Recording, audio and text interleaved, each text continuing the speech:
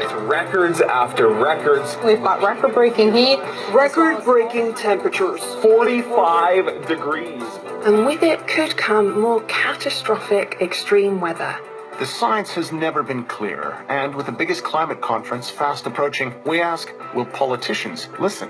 The focus now is their economies.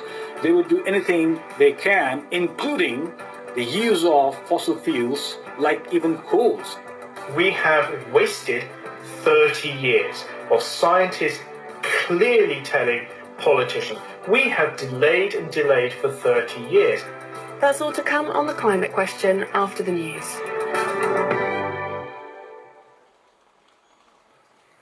Hello, I'm Neil Nunes with the BBC News.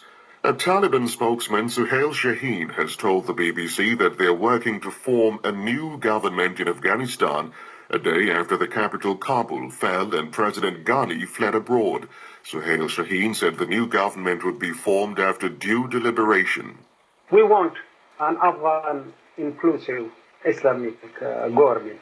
By that we mean all other Afghans have also participation in that government. So of course that needs a little bit time. Work is underway on that.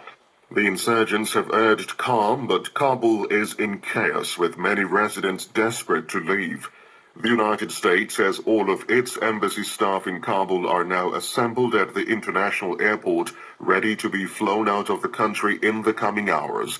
The State Department said in addition to evacuating thousands of its own citizens and others, it would accelerate the evacuation of Afghans eligible for special U.S. visas.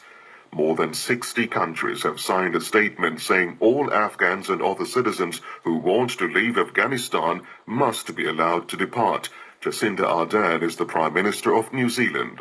The whole world is watching. The Taliban are making claims about the kind of administration they wish to be. Here, we would implore them, allow people to leave safely. And secondly, demonstrate that you are going to be an administration that takes into account the well-being, for instance, of women and girls. The U.S. Senate Republican leader Mitch McConnell has blamed President Biden for what he called a shameful failure of American leadership in Afghanistan. He said terrorists and other competitors such as China were watching the embarrassment of a superpower laid low. The speed of the Taliban's gains has led to recriminations over the U.S. troop withdrawal, which was negotiated last year under the administration of Donald Trump. The Malaysian Prime Minister Muhyiddin Yassin has resigned after informing the country's constitutional monarch that he no longer commanded a majority of seats in parliament. His cabinet has resigned with him. This follows months of political turmoil during which Mr. Muhyiddin's coalition partners withdrew support from his government. Here's Jonathan Head. Muhyiddin Yassin, an understated veteran Malaysian politician, was the surprise victor after the collapse of Mahathir Mohamed's reformist administration last year. But he has struggled to hold his own coalition together over the past year and a half while trying to address Malaysia's COVID-19 epidemic. Last month, 15 MPs from his coalition partner, the former ruling party UMNO, withdrew their support. And this morning, Mr. Muhyiddin informed King Sultan Abdullah that he no longer had a majority in Parliament. World News from the BBC. Aid workers in Haiti are racing to provide food, water and shelter to those affected by Saturday's earthquake before a heavy storm makes landfall on Monday. Storm Grace, now a tropical depression, is expected to bring flooding and mudslides to a country already reeling from the impact of a 7.2 magnitude quake that's already claimed nearly 1,300 lives. Israeli forces are reported to have killed at least 4 Palestinians in an exchange of gunfire in the town of Jenin. Police said a raid to capture a militant had come under fire. They said there were no Israeli casualties. Palestinians said the operation took place in the Jenin refugee camp. Canadians are facing a snap general election next month, called 2 years early. The country is dealing with a 4th wave of the coronavirus, and Liberal Prime Minister Justin Trudeau said a general election was necessary so voters have a voice on the way forward at such a pivotal moment. In the last election, nobody was talking about what we might do in a pandemic. So the government, and indeed Parliament, needs an opportunity to get a mandate from Canadians.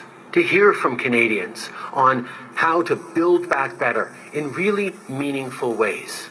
Recent opinion polls suggest most Canadians approve Mr. Trudeau's pandemic response, but opposition parties have criticized him for calling a 5-week campaign during the latest wave of the virus.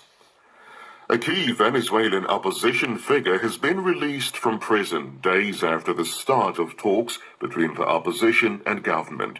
Freddy Guevara was detained more than a month ago and charged with treason and terrorism. Mr. Guevara, a former student leader and lawmaker, said he was not clear what conditions would be imposed on his release.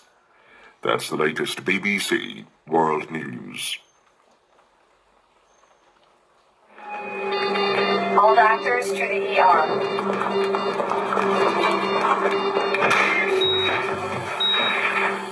Cardiac arrest. Ready? Charging. And clear?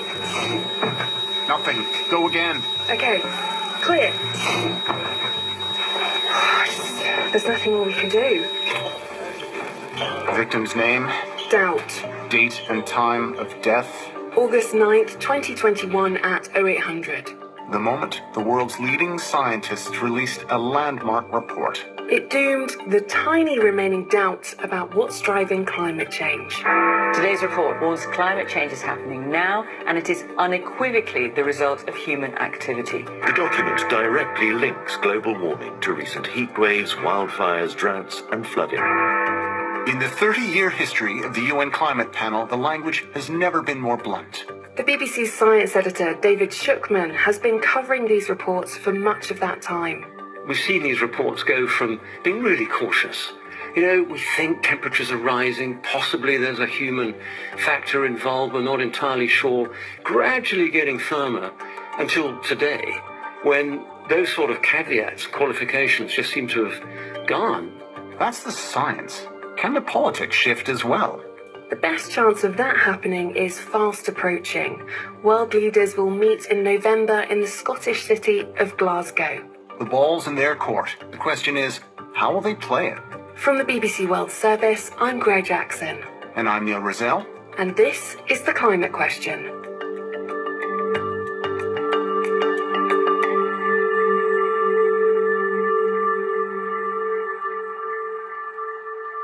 To answer our question, we need to know the rules of the game and the history of how it's been played. University College London's Professor Mark Maslin will be our guide to the successes and failures over the years.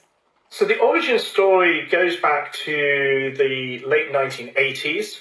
Last week, Dr. James Hansen, a NASA scientist, informed the Senate committee that the greenhouse effect is here. You have, in 1988, Jim Hansen speaking to the US Senate saying, look, temperatures have started to soar. We think this is climate change. You really have to take this seriously. We have had the hottest 5 years since we started recording temperatures in the 80s. You have then in 1989, Margaret Thatcher, then the Prime Minister of the United Kingdom, speaking to the UN saying, guess what? Climate change is real.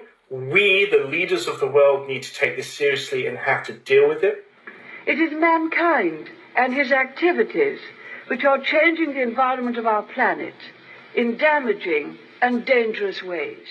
We then have the first IPCC report that came out literally a year later in 1990 saying this is the state of knowledge about global warming. Our Rio meeting has already aroused mobilization throughout the world. And it wasn't until the Rio Earth Summit in 1992, when all the leaders of the world got together, that the UNFCCC was actually formed. UNFCCC, another classic bit of UN gobbledygook. It means United Nations Framework Convention on Climate Change. Can you say that again, but much faster without totally bungling it? I'll try. UN Framework Convention on Climate Change. Oh, well, bravo. There was another acronym that slipped in there, though. Did you catch it? IPCC. Yeah, the Intergovernmental Panel on Climate Change. The biggest scientific assessment of our climate. They're the ones who published this big new report definitively tying climate change to human action. But back to Rio in 1992. That's when the negotiations started. These negotiations came to be called COP? Oh, there's another one. We should have a game of UN jargon bingo, right? But if you're going to remember any of them, COP is the one. It stands for the Conference of the Parties. Which is a typically obscure UN way of describing the most important ongoing climate negotiations of our time. Yeah, these COPs happen every autumn, and the BBC's environment correspondent, Naveen Singh Kakka, has been covering them for almost 20 years. He can take us inside. Imagine thousands of delegates convening. So you have to have a massive place. So they look for example, some kind of, let's say, exhibition center. Right, so it's like a conference center. Yeah. Here's one, massive one, yeah. So there'll be zones for, let's say, for example, non-government organizations, NGOs, where they can do their activities.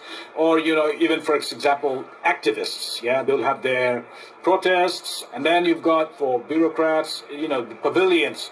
You have a media hub as well, massive media hub. You'll see hundreds of journalists banging on their laptops and computers. Literally hundreds of them. And they're all part of this travelling roadshow. There are so many COPs. Paris, Cancun, Durban, Bali, Madrid. And more. There have been 25 so far, and they all work on a central idea. Nothing is agreed unless everyone has agreed. Okay? That is the mantra. Which means it's a consensus process. Every country has to agree. Let's focus on one of the first major conferences, Kyoto, Japan, in 1997. I'd like to extend my hearty welcome to those participants who have come a long way to Kyoto from various regions of the world. As you all are aware. So Bill Clinton went to Kyoto and was very positive about the US being fully involved in the actual process.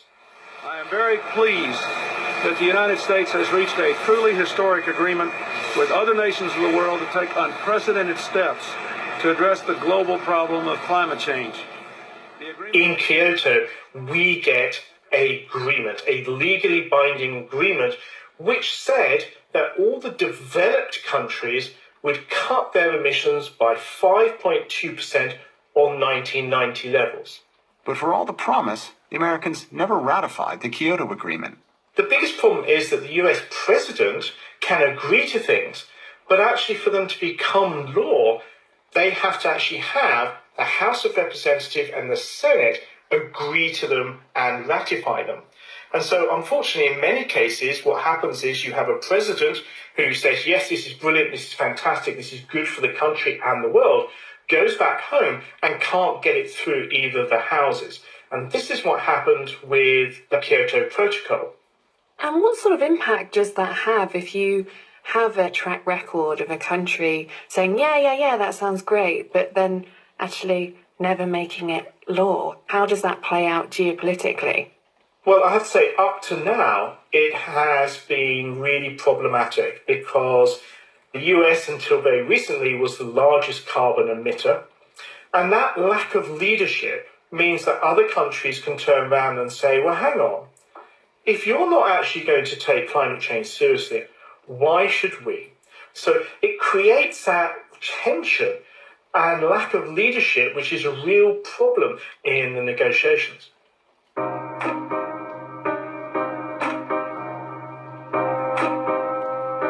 So Kyoto was significant, but flawed. In its wake, global emissions actually went up, not down. This is something we're going to come back to again and again with these COPs. How can you make countries stick to their pledges? I mean, it's not like there's any shortage of opportunity for persuasion. Remember, COPs happen every year. But there are COPs, and there are COPs. Good COPs and bad COPs, you might say. You might say. The next one of note was in 2009. The venue? The Danish capital. A warm welcome to Copenhagen. Let's talk about Copenhagen. It was a major summit, all those head of states were there. The BBC's Naveen Singh Kakka was there too, reporting on whether or not they'd reach a deal to actually cut emissions and head off the looming environmental crisis. The feeling was that, okay, it is difficult, but it might happen. This is the time to deliver. This is the place to commit. And yes, I know there are still many obstacles, but it is up to us in this room now, to try to overcome them. The thing is, there wasn't much room in the room. So by the end of the first week, they suddenly realized that their conference center wasn't big enough. So they basically then banned all the observers, all the NGOs, and said, I'm sorry, you can't come in, there's not enough space. Copenhagen's problems were just beginning.